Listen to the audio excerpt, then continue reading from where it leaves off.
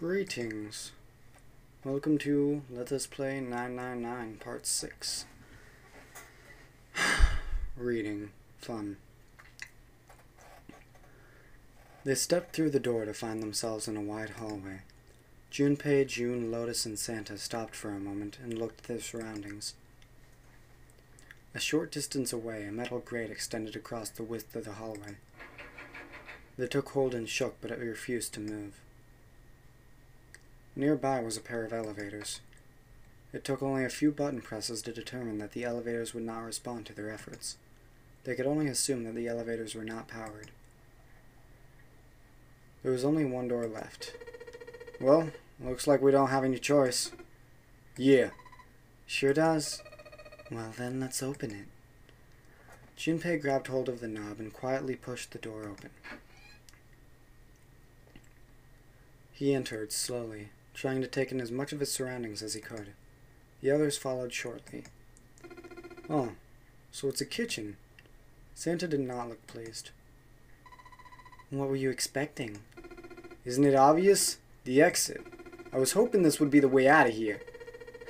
You really think it'd be that easy? Yeah, I know. Still. As they talked, Lotus headed deeper into the room, until at last she stood in front of a door. If we can just get through this door, we should come out on the other side of that grate we saw earlier. But don't we need a key for that? Sorry, I guess that wasn't very constructive. Neither Junpei nor Lotus looked terribly happy. Junpei dug the ship map from his pocket and spread it out in front of him. As he did... Hey! What's that? Huh? Oh yeah, I guess I forgot to tell you. I found this a little while ago. It's a map of the B-deck. Before Junpei could finish, Lotus snatched the map away from him. She ran her finger across it, muttering to herself. I knew it. See? Look! Junpei did as he was told. Santa and June moved over to look at the map as well. See? We came in here. If we go out there, then we'll be on the other side of the grate. With her finger, Lotus traced a path on the map. She was right. Satisfied that she had been correct, Lotus folded the map and handed it back to Junpei. He took it and slid the valuable piece of paper back into his pocket. There's a card reader on the right side of the door. And that means the key card's somewhere in here, right? That seems the most likely. Alright, we know what we need to do then. Let's get moving. First off, I say we split up and look for clues. Okay.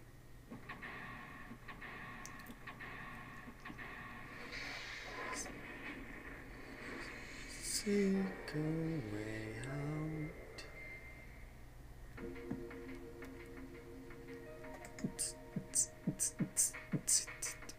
Anyway, those 9 plates look pretty expensive. They're plates for appetizers. Remember, appetizers usually come on square plates. Okay, well excuse me, princess. Legend of Zelda reference. Anyway. 1, 2, 3, there's 10 of them. If you flip these over, they look like hats. The middle's super deep for a plate. They're soup plates. They're made that way so that the soup doesn't spill. If we ever get out of here, you should treat yourself to a nice dinner out. What makes you think a poor college student has the money to do something like that? A petition. There's nothing special about it. I did not mean to click it, but oh well. I think there's 15 of these plates. I'm assuming they're for seafood. How the hell can you tell that? They look just like any other plate from the 99-cent store. If you ever... Or they look like every other plate from the 99-cent store. If you ever take a lady out to dinner, you're going to embarrass yourself. I feel sorry for June. Why the hell are you bringing up June? The lady doth protest too much, methinks. You are not terribly subtle. There's a bunch of little wavy ridges on this plate. Those plates are for serving meat. Ugh, you really are ignorant, aren't you? Come on, it's not like I need to know this crap. Jeez. There's a voucher at the end of the counter. This voucher doesn't match the number of plates on the table. This says appetizer 9, meat dish 10, soup A, seafood dish F on the voucher. And the plates on the table are 9 appetizer, 16 meat, 10 soup, and 15 seafood. Maybe they're using hexadecimal here. And hexadecimal is... It's a number system that goes 8, 9, A, B, C, D, E, F, 10, 11... You're familiar with base 10, right? That's the normal system of numbers. The base 10 equivalent for hexadecimal numbers would go like this. A is 10, B is 11, C is 12, D is 13, E is 14, F is 15, and then 10 is 16. The 10 becomes 16 in base 10. I know it sounds strange, but you can think of it as just 6 letters added onto the normal number system after 9. A 10, yeah, and so on. I think I get it.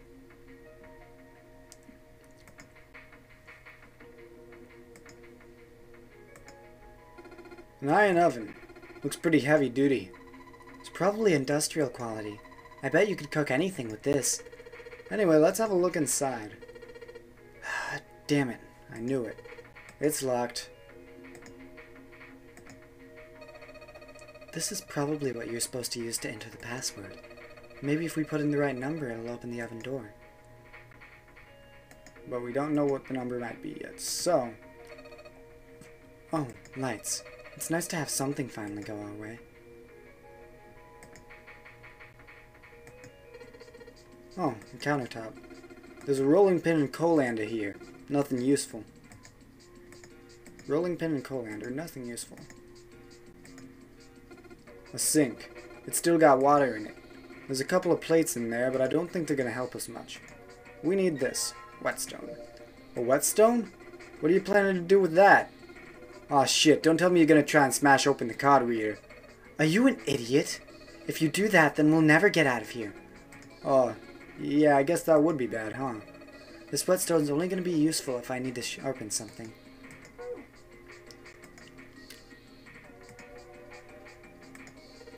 I wonder what this drawer is. You see the metal grate on the top of the grill? They make it like that so the fat and juices can drip off the meat while it cooks.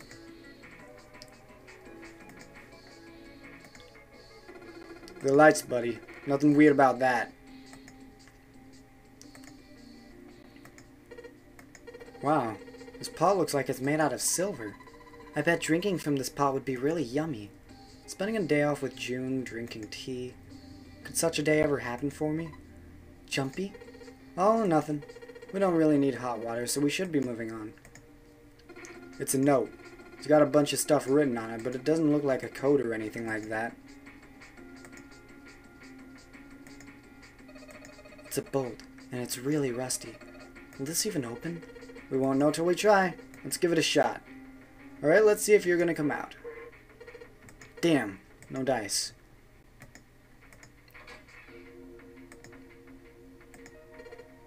Hey, there's something behind the cheese. You're right. Why don't we move some of the cheese? Alright guys, it's time to move it. June and I need to look behind you. There's a little green bottle back there. Bottle of oil. I bet I know where to use that, and I bet you do too, wherever you are. You could probably use this to make something slippery. A her.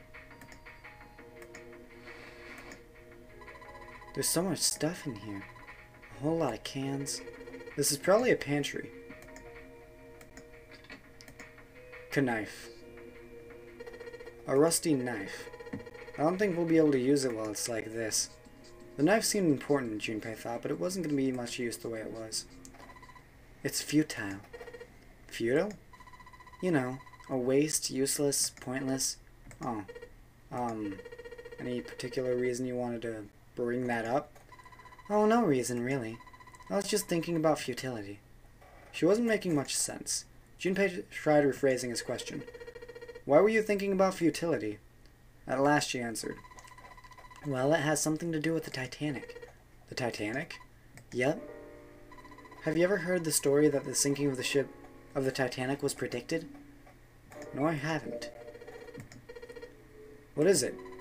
In 1892, 14 years before the Titanic sank, a novel was published. It was called Futility. It was written by an American novelist named Morgan Robertson.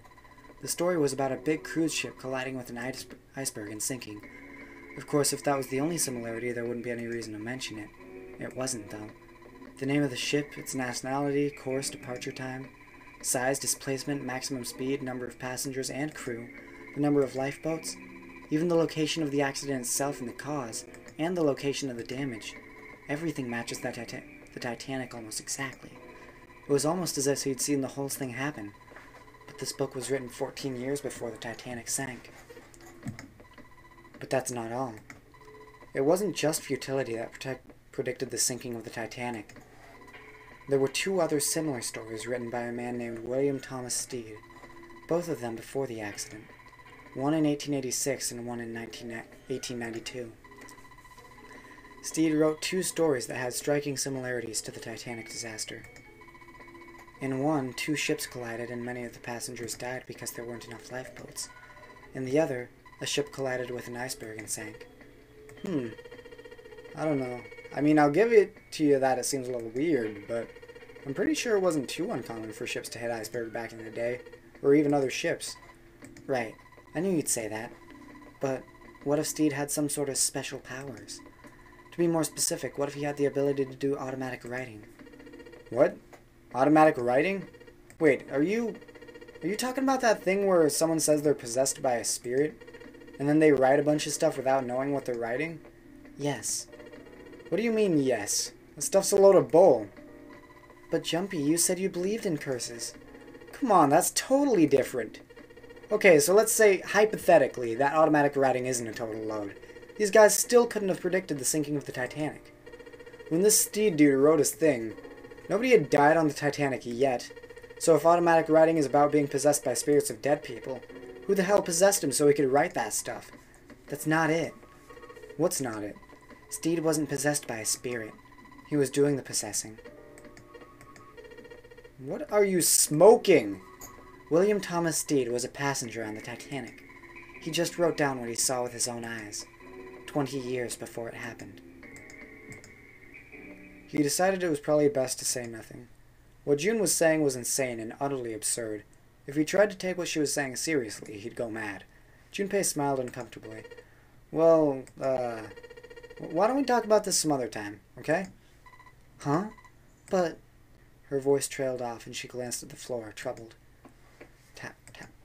Junpei tapped June gently on the shoulder and awkwardly reached around her to pick up the knife from the box. We're really in trouble. I know I'm just repeating myself, but this is really a futility moment. That blade is so rusty. Yeah, I know. We can't cut a damn thing with a knife like this. If we're gonna cut anything, we probably have to sharpen the knife. You already know what we need to do. Maybe I'll use the whetstone to sharpen the knife. The blade of the knife is getting sharper by the second. I should be able to cut something pretty good with this. Wow, it's so shiny. Did you sharpen it, Jumpy? Yep. Now we can use it to cut something soft. Like your flesh! There's milk in here. Milk in an iron barrel. Judging by the rust, it's probably really old. Maybe we shouldn't open it up. I don't think it'd be a pretty sight. Like fucking cottage cheese. This is the door we came through. It's not locked, so we could go back out, but... what's the point, right? All that's out there is an iron gate and a dead-end hallway. Yep. Might as well be locked for all the good going back out there to do.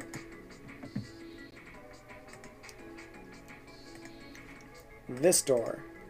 With the greasy thingy. A rusted bolt. The door won't open unless we can do something about this bolt. Maybe if we had some kind of lubricant. Ha ha ha! This bolt has rusted in place. It won't budge. Of course! Maybe if I put some oil on it. Hey! Just a little bit of oil and... Come on, you little son of a bitch! Whoa! Ha! Yes! Gotcha, you little bastard! You did it, Jumpy! You're so smart! Yes, because it takes smarts to figure out how to put oil on a rusty hinge. Or thing. Latch. As Junpei walked into the room, a blast of cold air washed over him. Almost instinctively, he folded his arms tight across his chest, doing what he could to conserve body heat. Brr! It's cold in here. What is this place?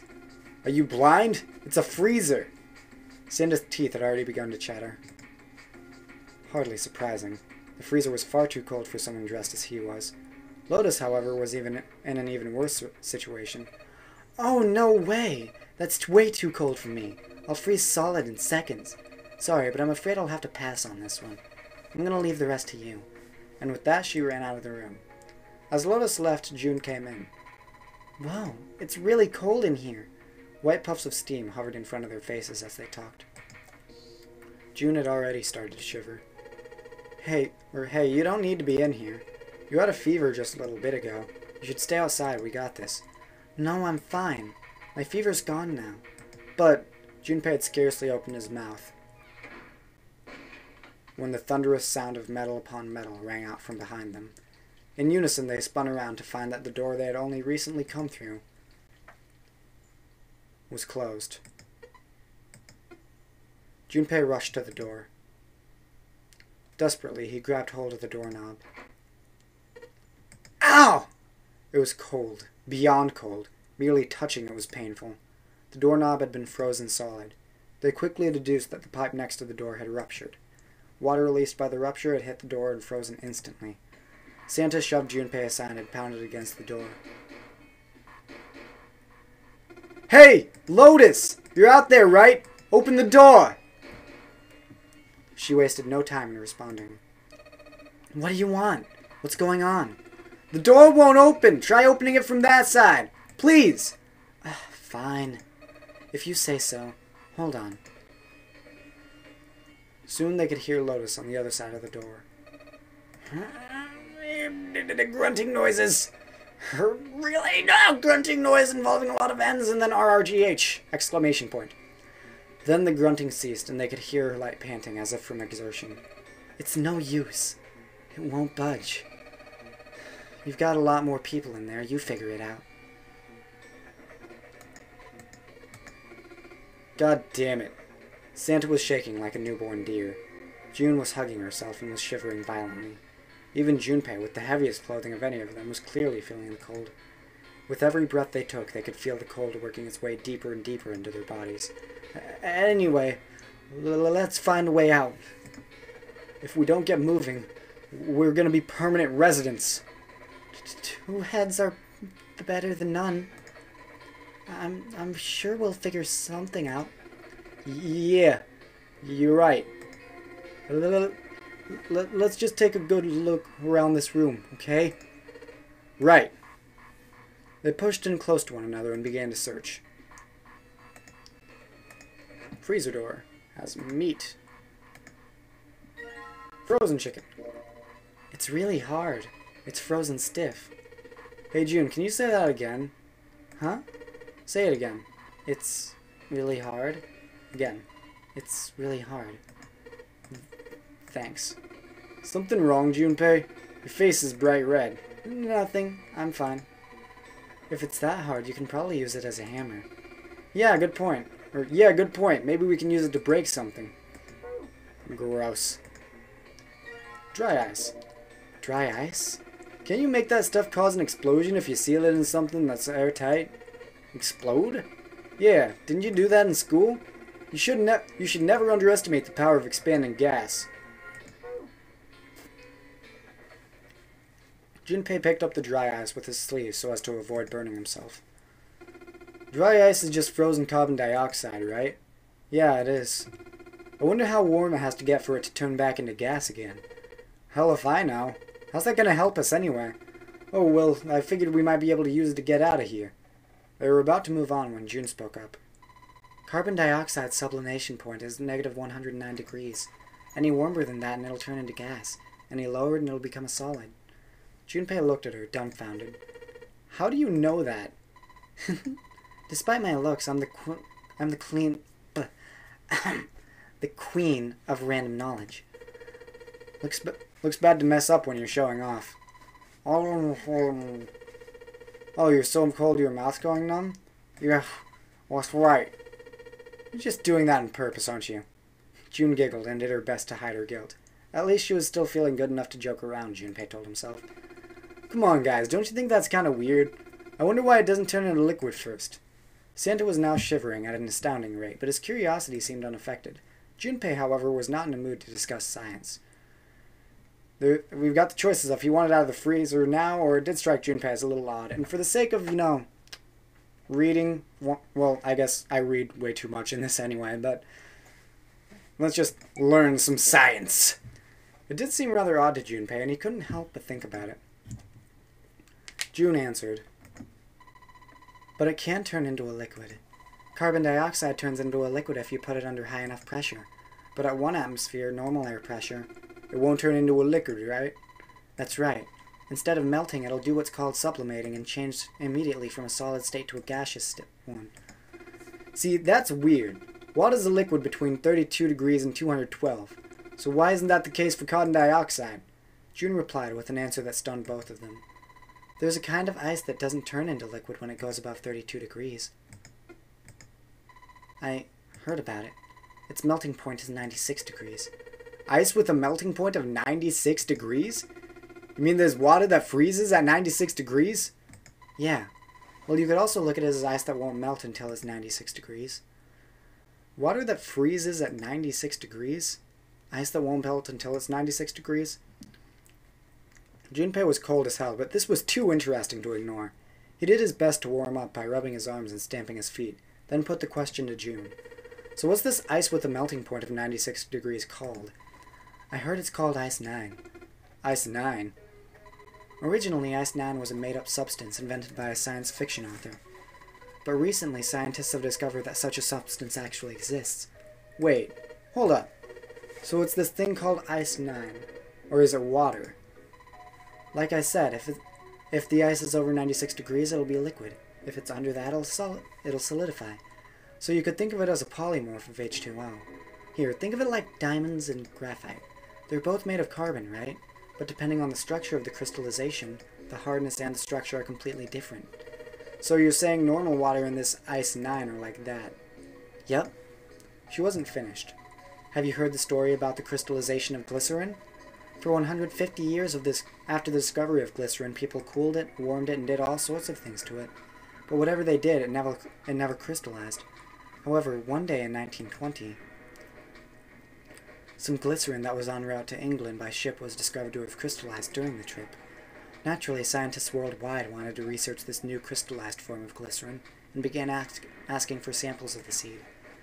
A seed is, of course, the sample of the original crystallized substance. With a seed crystal, further crystallization of glycerin would be a simple matter. However, something very strange happened. Not only did the glycerin encouraged by seed crystals begin to crystallize, nearby samples did as well. It didn't end there. After that day, all glycerin in the world began to crystallize naturally when cooled to less than 64 degrees. Before that day, no matter how glycerin was cooled, it refused to crystallize. But once the crystallization had begun, it was almost like... how do I put it? It was almost like all the glycerin in the world was communicating. Communicating in some way we can't sense. Junpei was honestly impressed. It was, in fact, a pretty interesting story. Wow, that's pretty interesting. But, what does that have to do with Ice 9? To his surprise, it was Santa and not June who answered. What she's saying is that it's a lot like Ice 9. What happened, I mean. A lot like... That would be bad. If water everywhere started freezing at 96 degrees. Oh god, it'd be the end of the world. Junpei felt that Santa might not be treating the idea of the end of the world with proper concern. At any rate, we're not going to have to worry about the end of the world unless we can get out of here pretty damn quick. He was right. Junpei shivered. Alright guys, I think that's enough of that. I didn't think we'd get quite this far off topic. I mean, I know I'm kind of at fault here, but we can't be screwing around anymore. Seriously. I might go by the name Santa right now, but I didn't grow up in Iceland. I frickin' hate the cold. So let's get cracking, alright? We gotta find a way out of here. Santa stomped off, clearly doing his best to pretend the cold wasn't affecting him. Selfish, isn't he? Thought Junpei to himself. Still, Santa was right, and it was high time they got back to their search. The story of Ice 9 had interested him, but there would be time to think about that once they got out of the freezer. Junpei looked at June, nodded, and resumed his search of the room.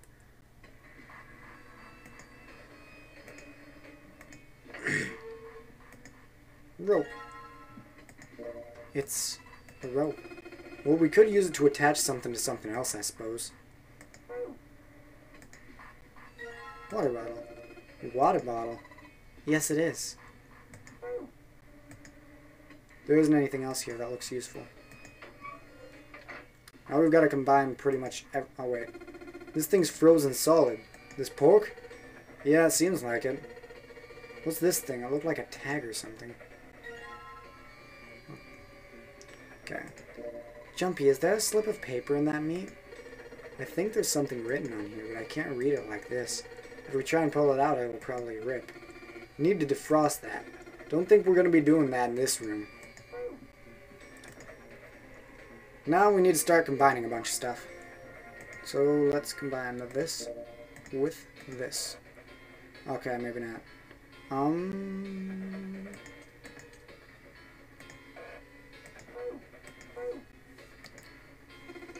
Hey, Junpei, didn't you find some dry ice earlier? Yeah? There's warm water coming out of that pipe. Warm water and dry ice. What do you think would happen if we put that stuff in a sealed container together? Hold on. Combined bottle with ice. Oh, wait. Nope, not that. Combined dry ice with chicken mash. Alright, the dry ice is all in pieces now. Wow, you crushed it up really good. You should be able to get it into anything you want now. Can't you make that stuff cause an explosion if you seal it in something that's airtight? Now then, combine with water bottle. I'm going to put these pieces of dry ice into the water bottle. Water bottle with dry ice in it. So you put the dry ice in the water bottle, Jumpy? If it explodes, it could probably blast away the ice on the door. So how are we going to get it to stay against the doorknob? Combine with rope now. And let's just tie a rope on here. Hey, why don't we use that rope to tie the bottle onto the doorknob? We just have to put some water in it, and then if we can give it a good whack with something... Kaboom! It'll explode and break the ice off the door. Then what are we waiting for? I can't take this cold any longer. God damn it. Warm water dripped from the ruptured pipe near the door. Junpei pulled out the water bottle filled with dry ice, let a good amount of water fall in, then quickly sealed it up tight. The makeshift bomb complete, he tied it to the doorknob as quickly as he could manage in the cold. Alright, that's set. So, what do we do now? We just need to give it a little, tap. The bottle's already about to pop. If we just throw a rock or something at it, it'll go off all on its own. A small rock? Oh, a small rock. Junpei looked down at the floor. Scattered across it were pieces of dry ice left over from the larger chunk he crushed earlier. Alright, this ought to do the trick. He pulled his sleeve down over his hand to keep from getting burned and grabbed the chunk of dry ice. It was a pretty good size, about as big as a pool ball. He figured it would be just about the right size. Alright guys, stand back. Actually, we should probably hide somewhere. Both Santa and June looked at him with new concern. Where exactly do you expect us to hide, genius? There isn't really anywhere big enough. Yeah, there is. Look, right here. We can hide in there. Junpei pulled open the door to the small cellar. Come on, get inside, quick. Santa and June nodded and jumped into the hole. Junpei quickly followed. In his hand, he could feel the chill of frozen carbon dioxide, even through his sleeve. He tightened his grip, took aim, and prepared to throw. Alright, here it goes. 3, 4, 5. You're counting the wrong way. Oops. That is a really sad excuse for a joke, man. Sorry, dude. Alright, for real this time. You guys ready? Yes, whenever you're ready. Just throw the damn thing. Alright, here I go. 3, 2, 1. Junpei threw the chunk of dry ice as hard as he could. With the same motion, he ducked down into the cellar with Santa and June, just as...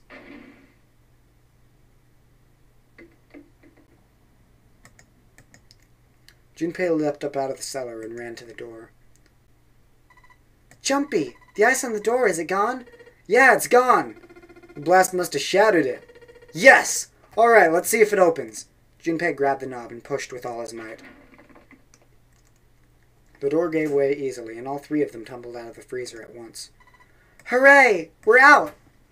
June, relieved, collapsed onto the floor. Move! Santa shoved past Junpei and ran straight to the grill, which he immediately grabbed. Ow! God damn it! Ha ha ha ha ha! Fuck! He proceeded to kick the grill in a futile but amusing fit of rage. But where was Lotus? It took Junpei only a moment to find her. She was sitting on the counter, idly scratching her chest. Oh, welcome back. I was starting to get tired of waiting for you guys. With a great yawn, Lotus lowered herself off the counter. Junpei clenched his teeth and walked towards her. What were you doing? What do you mean, what was I doing? I was waiting. We were gonna die! Oh yeah? But you didn't, so everything worked out alright, didn't it? What the hell? Just kidding. It might not look like it, but I was really worried. Don't give me that crap. I'm telling the truth. I mean, if you died, then I'd be in trouble too. If you died, then I'd be stuck in here, and I'd die too. See? I did all I could. I even looked around to see if there was anything I could use to pry open the door, but I couldn't find anything. So all I could do was wait. I mean, what else did you want me to do? Call the cops? It was true that there wasn't much she could have done, but something about her tone. Junpei gritted his teeth. Fine. There's one thing I have to ask you. What's that? You didn't close the door, did you? What? You think I closed the door on you? Why would I do something like that? It closed on its own. I told you before, if you die, then I die too. She was right, and Junpei knew it. Without them, she'd be in very serious trouble. It seemed that an accident was the only explanation for the door's closure. If Lotus had really wanted to kill them, all she would have had to do was bar the door from the outside. And she hadn't. Well, she hadn't done anything. The most she was guilty of was laziness or negligence, not attempted murder. Junpei swallowed his anger and did his best to apologize. Well, I'm sorry. Sorry I doubted you. Oh, yeah, well that's alright, as long as you understand. Lotus looked away and twirled her hair between the fingertips. His vengeance against the grill complete, Santa swaggered back towards Junpei and Lotus. Hey, no more screwing around, you two. Break time's over. Especially for you, lady. You've just been sitting on that fat ass of yours while we were freezing to death. How rude. I was plenty busy. Yeah, how about you put all that energy into something besides bitching? Let's go! Now then.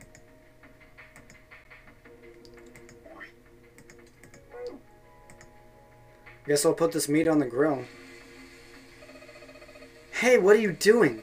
What are you gonna do if the paper burns? Come on, it'll be fine. I mean, it's not like it's gonna burn right away, right? You just gotta keep an eye on it and the paper will be fine. Well, they can argue all they want. I'm gonna keep an eye on this pork.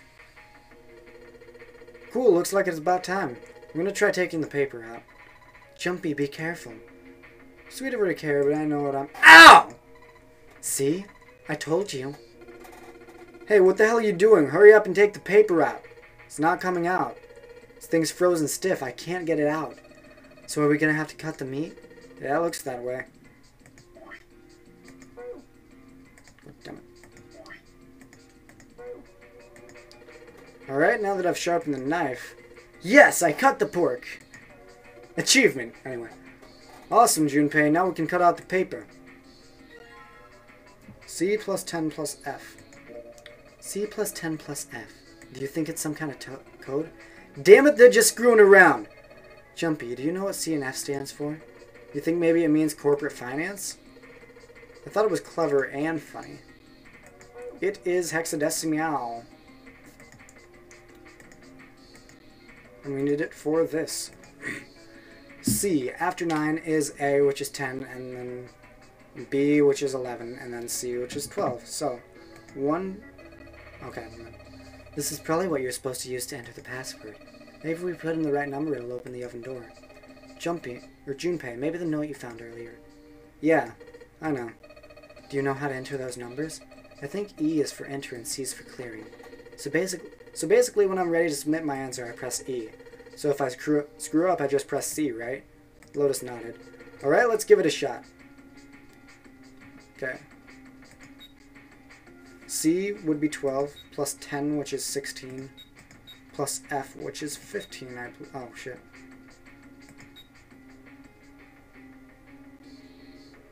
Okay, then. Well. Hold on. Huh? This is weird. Hey, you're just punching in random numbers, aren't you? Maybe if you just enter it like it said in the hint. Ah, shut up. Just shut up.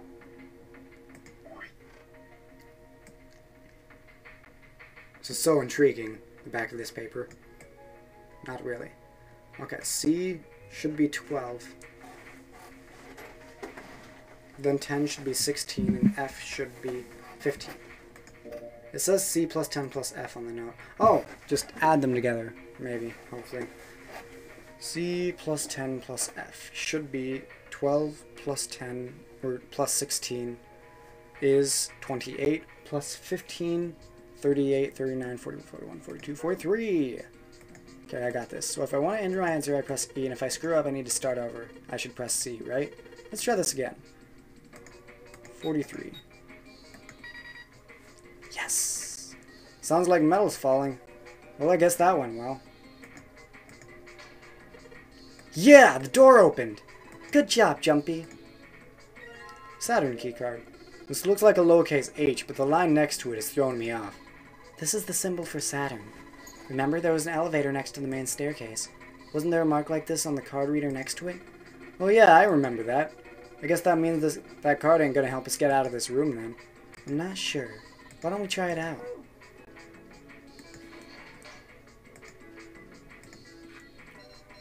Yay! Yes, I think it's unlocked now. You did it, Jumpy. Let's get out of here. Yes, let's go.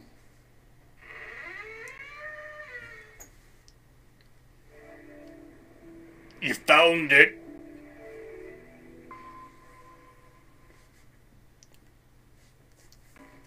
They stepped out of the kitchen and into a hallway that looked rather familiar. And we shall end there for part 6. I think that, yeah, this is part 6. Okay. And I will overwrite this. Try and stop me. Anyway. This is the end of door 4 stuff. At least as far as I remember. So, next time, it'll probably be a lot of reading. Actually, it's not probably going to be. It is going to be a lot of reading. And, excuse me. And then, eventually, there will be a puzzle, probably 2 parts from now. Maybe 1, but I don't remember. Anyway, until then, peace!